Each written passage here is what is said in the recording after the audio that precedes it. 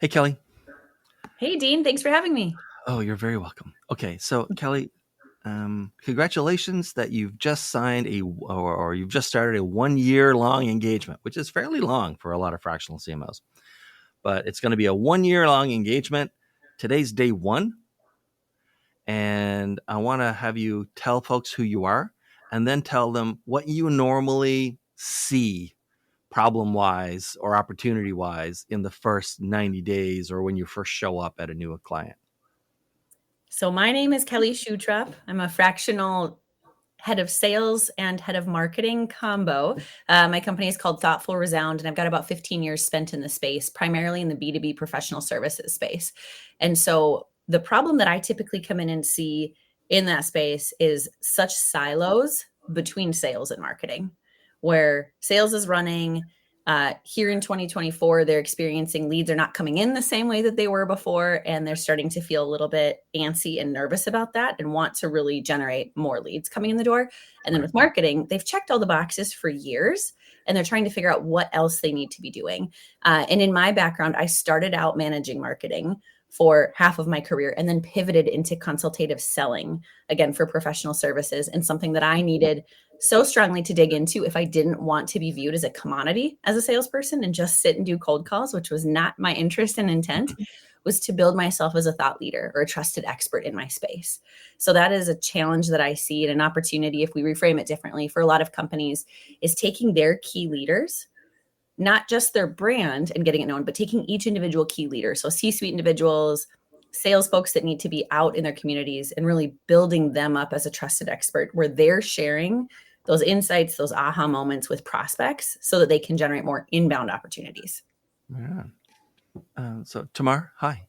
Hello. So Tamar, kind of the same question.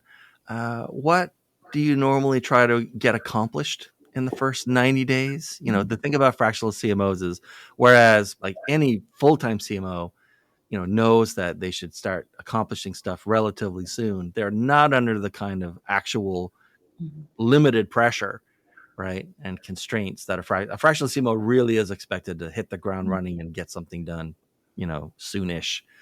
And so, what do you normally try to accomplish in the first 3 months of this hypothetical type of engagement? And let folks know a little bit about you.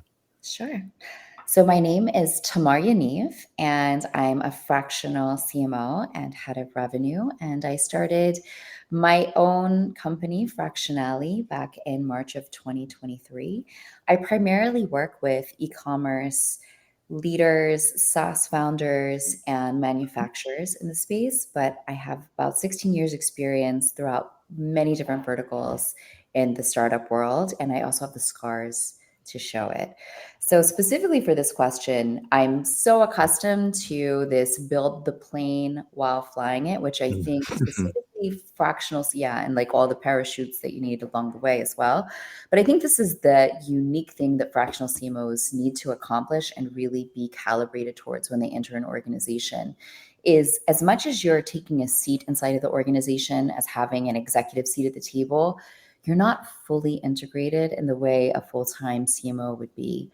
And because of that, you need to do a lot of extra work to ensure you gain the trust of the stakeholders immediately, that you create rapport with the marketing and revenue teams very quickly. They need to trust you. They need to believe that you are there for them. You're not going to replace them. You're going to empower them. And additionally, you better show off in those first 30 days. So I spent a lot of time not only connecting with stakeholders, understanding what the plan needs to be, but also identifying where the dead bodies are and where I can have the highest impact with the lowest amount of effort immediately. And that means talking to people on the BDR team, talking to customer success, talking to people that might not always have a voice, but typically are having the most friction and most pain points, and understand where I can really make moves to show that I'm there not just to be a PowerPoint pusher, as many CMOs have a reputation of doing, but also to get things done and to support the operations and actually execute. Well, then, okay, stay with me for a second then. Let's Sure. say I'm the CEO of Hello? this client that you've just signed and started working with, right? Right. So we're getting a cup of coffee in that crappy little Nespresso thing that they have in the break room, and we're sitting at some tiny, uncomfortable table that wobbles too much on hard plastic chairs.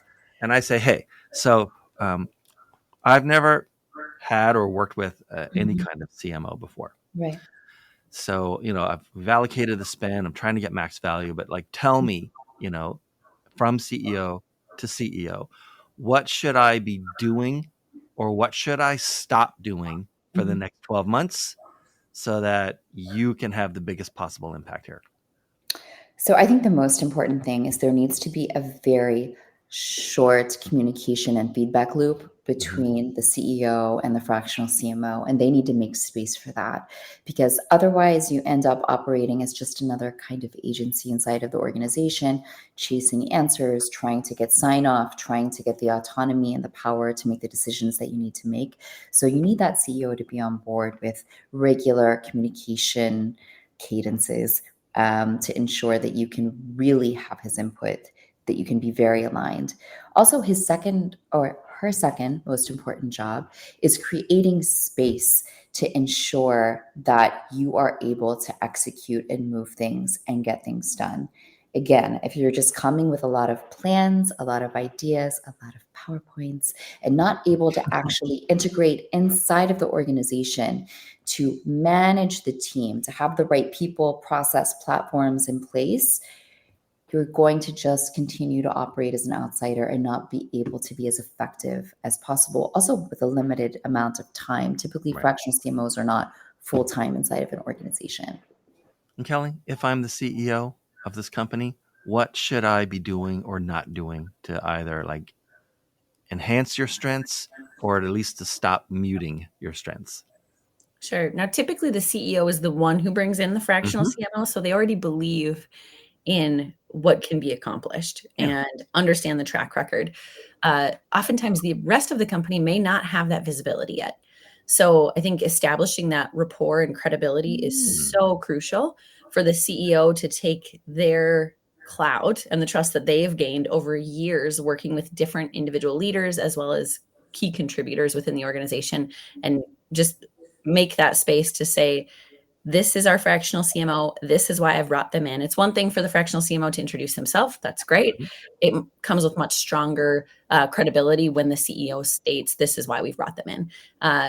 Following that, naturally, there's a whole discovery process for the fractional CMO to dig into what is the state of the business really like behind the curtain, not just what are we publishing on LinkedIn, what are people seeing out in public, what's on the website, but really getting in with those individual teams, what's working, what's not working from a marketing standpoint, sales standpoint, delivery standpoint, all of the above, and then starting to craft that strategy from there. And then when the fractional CMO moves into the space of helping to advise and oversee the implementation of that strategy, it's so important to have such a direct relationship and tie into the folks that are going to actually be boots on the ground with any sort of deliverables of that plan. Because typically that fractional CMO is not the one writing every single blog post or social post No. or creating marketing capabilities, right? It's more the strategic vision of where that needs to go. So I think it's crucial for the CEO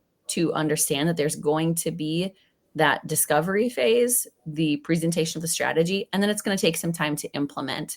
But again, having those touch points throughout each of those phases ensures that communication and just understanding that things are moving and having realistic timeframes to results. Okay, so I'm the CEO on the client side, okay? And we're talking, it's day one. And now I'm saying, hey, so I have a marketing team. There are some people in place. There's been, supervision and even some management of that team, but we've never had anyone at the leadership level in marketing yet until now with you, right? So looking at that team on day one here now, and looking at that team, let's say 12 months from now when you cycle out, Kelly, how is that team's makeup or anything else going to be different or better by the time you exit versus here on day one? I personally have a big passion for teaching people to fish.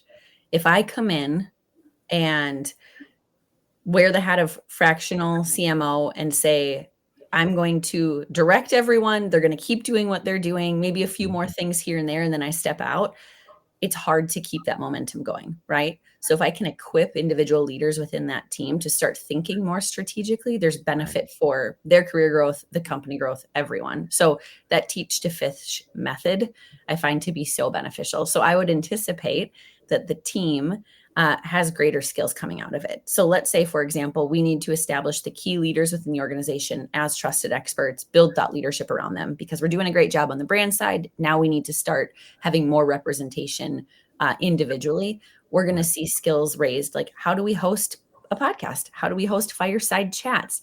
What does it look like to become that hub of influence rather than, yes, we've got all of our typical check the box items, like we've got a good website, we've got strong SEO, we've got paid advertising, we're attending events, but how do you start becoming that hub where you're hosting and clients and prospects are coming to you as that expert? So that's such a benefit to the marketing team when they get to level up in those skills if they've not flexed those muscles in the past.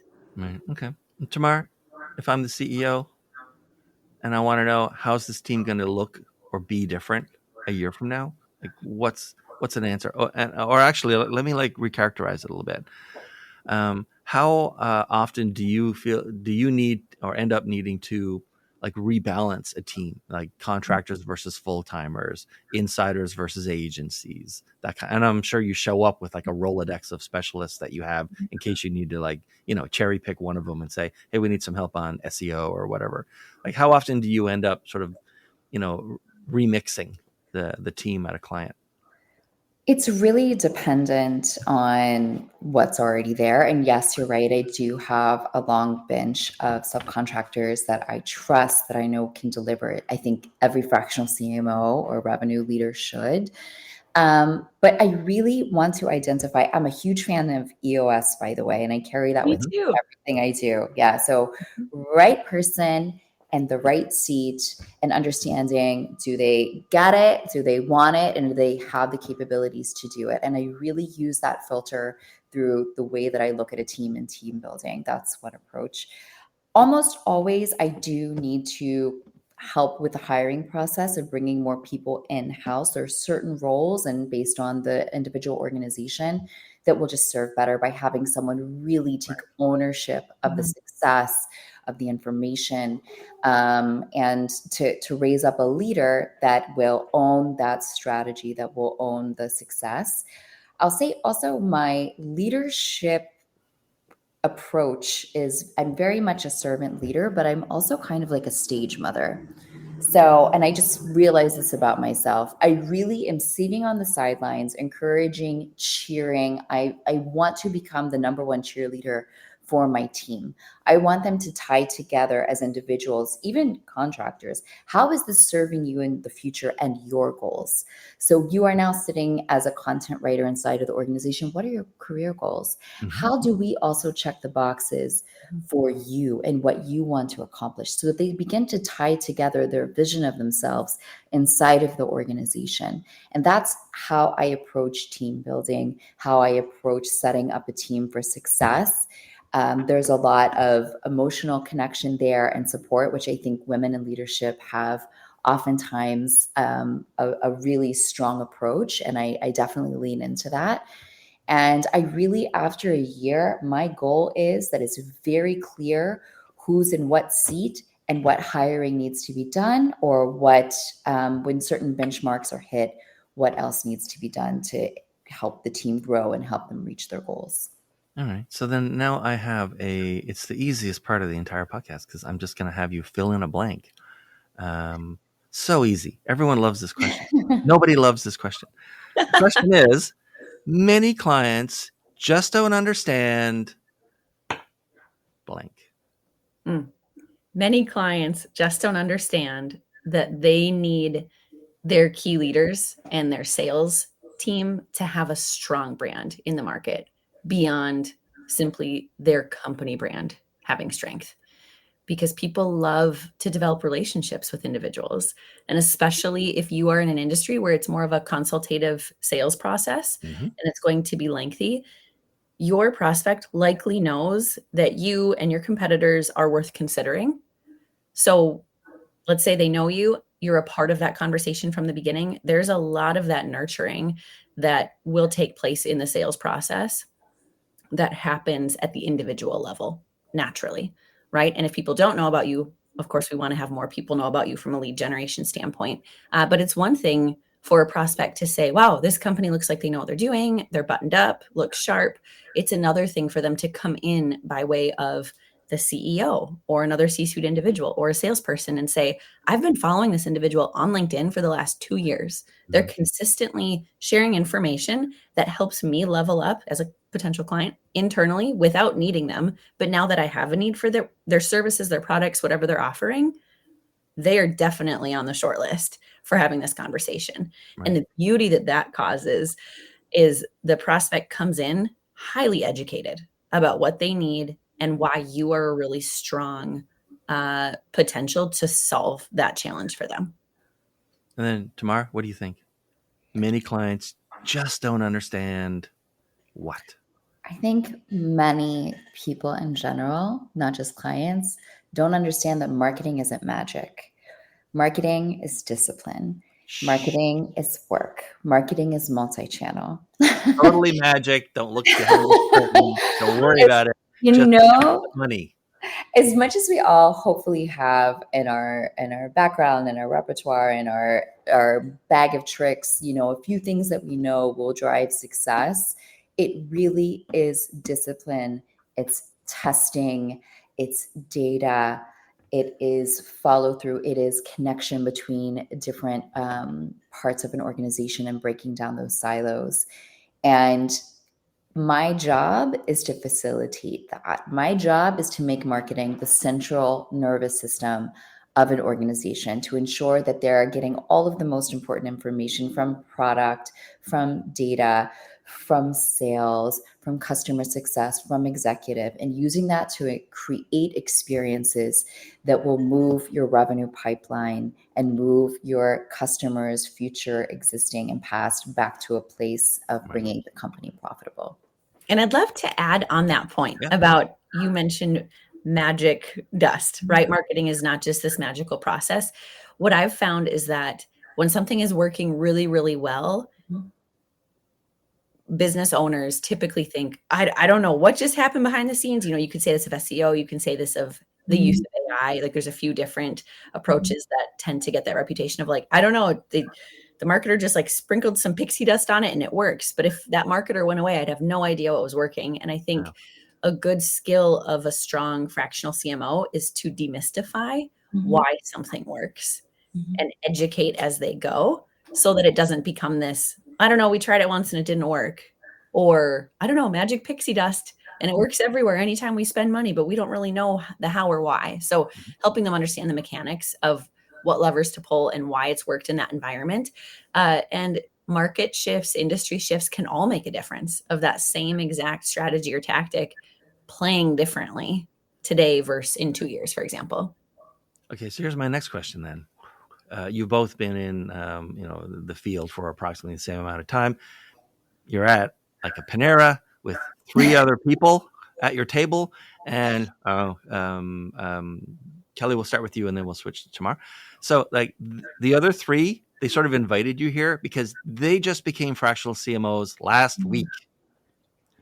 And so they want you to finish this question, which is new fractional CMOs need to understand that. New fractional CMOs need to understand that the easiest way to grow your business and benefit the companies that you want to support is to have a strong network in that space. So if you come out of a space, you've grown up in a specific industry, you are naturally going to have more connections there. It's also crucial to have been a thought leader in that space already if you want to attract inbound leads. So I've been in this space for about a year. I've worked with a dozen clients. Each of them have found me either through past relationships or referrals. And it's a beautiful thing, right? And I think there's 2 models of approaching a fractional CMO book of business. One is outbound and one is inbound. And of course, most have a combination of both.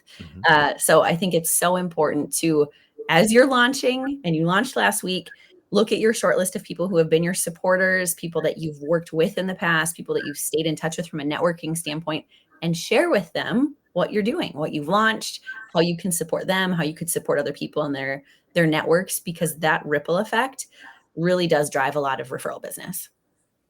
And then Tamar, what do you think? New fractional CMOs don't understand that what?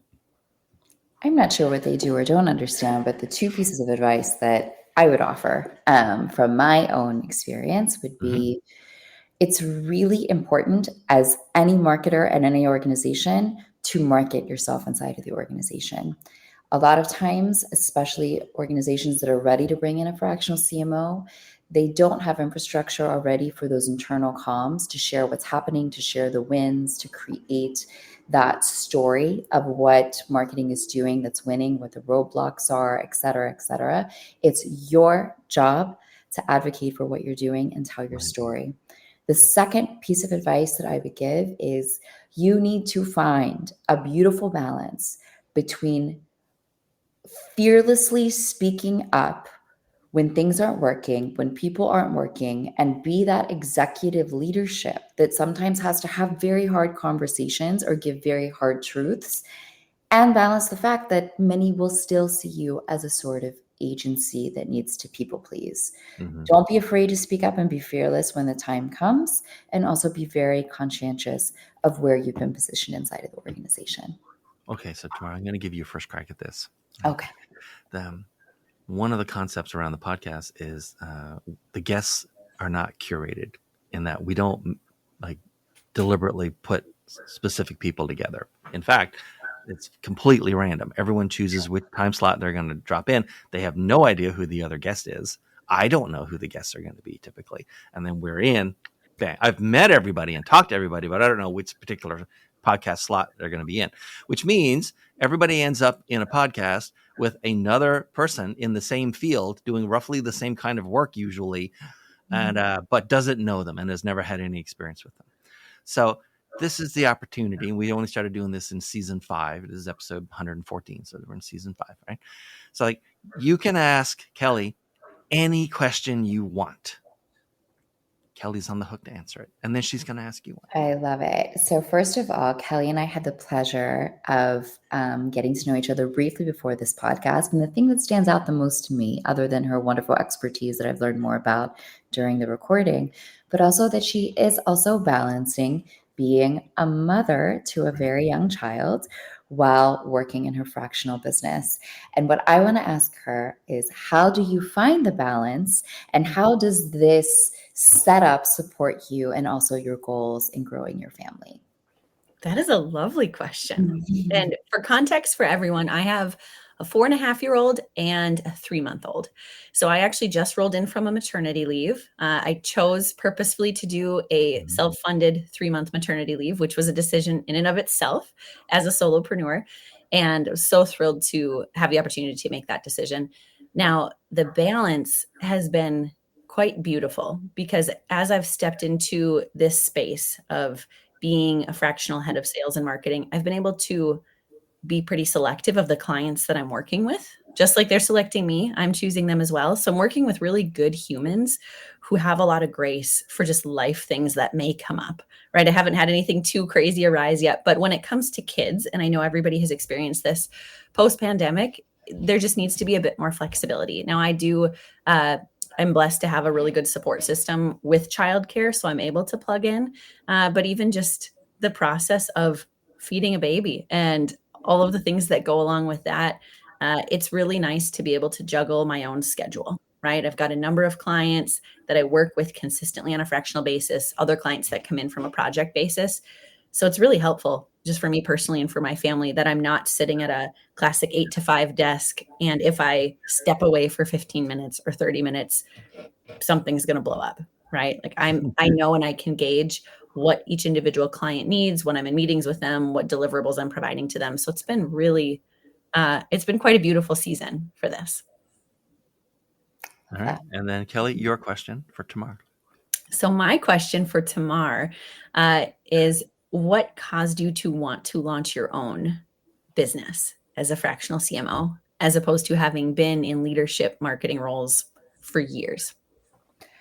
So I will say my decision to become a fractional CMO is probably two pronged. The first being I always wanted to give it a shot to work for myself and really wanted to see how it would work, how I would do, how I would succeed. And as we've seen kind of the shift happen in the market, it felt like the right time to take that leap and to take hold of that opportunity.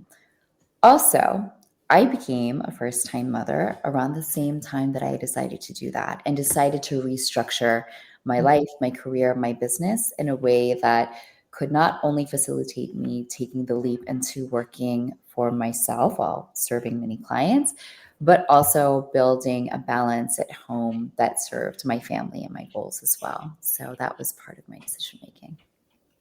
All right. Okay, so this has been so great, and thank you both for being here. It's time to wind down. Tamar, who should be contacting you these days, and how should they get to you? I will say those who are really looking to define their USPs, they recognize that they haven't really done that structural work for brand and identity and everything. I have a proprietary approach. No matter what sector you're in, you can reach me at fractionally.com, which you can see in my name right here. Or if you're in the e-commerce space specifically, that's where most of my expertise and my network is in. So here to help those people out. Okay, and Kelly, who should be reaching out to you these days, and how should they get in contact with you? I really love working with businesses that are focused on B2B, especially in the service space, that are small and looking to grow. They likely have a marketer in place who's doing the day to day, but they likely do not have strategic oversight, and or they're looking to break into a fully new service line of sales, and they don't have someone overseeing what that looks like from an accountability standpoint and how to really merge sales and marketing in a way that's going to drive revenue, as well as think about the lens of thought leadership. So how to establish their key leaders as those trusted experts in the market so they can attract inbound client opportunities themselves beyond the brand. People can reach me at thoughtfulresound.com. Otherwise, I spend a lot of time on LinkedIn. So if you spend time on LinkedIn, follow me, connect with me. Our paths, I'm sure, will cross. All right, all right. Thank both of you for being here. I really appreciate this. This was this was great. I learned a lot too, which is my favorite kind of episode. Thanks for watching, everybody. According to the analytics, there's a 99.787% chance you're watching this on a clip. So keep watching. There's literally hundreds and hundreds, maybe 1,000 clips by the time you watch this. So we have a lot of great people doing a lot of great stuff. Thanks, Kelly, and thanks, Tamar, and thanks, everyone. See you next time.